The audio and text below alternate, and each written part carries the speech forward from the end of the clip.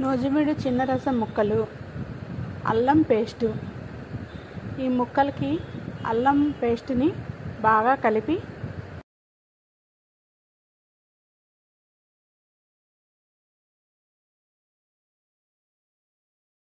ఆవపిండి,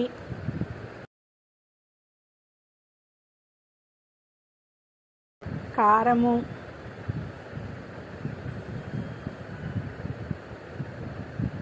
ఉప్పు,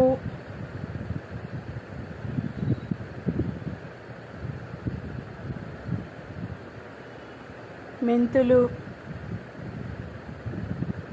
పప్పు నూనె వేసి బాగా కలపాలి.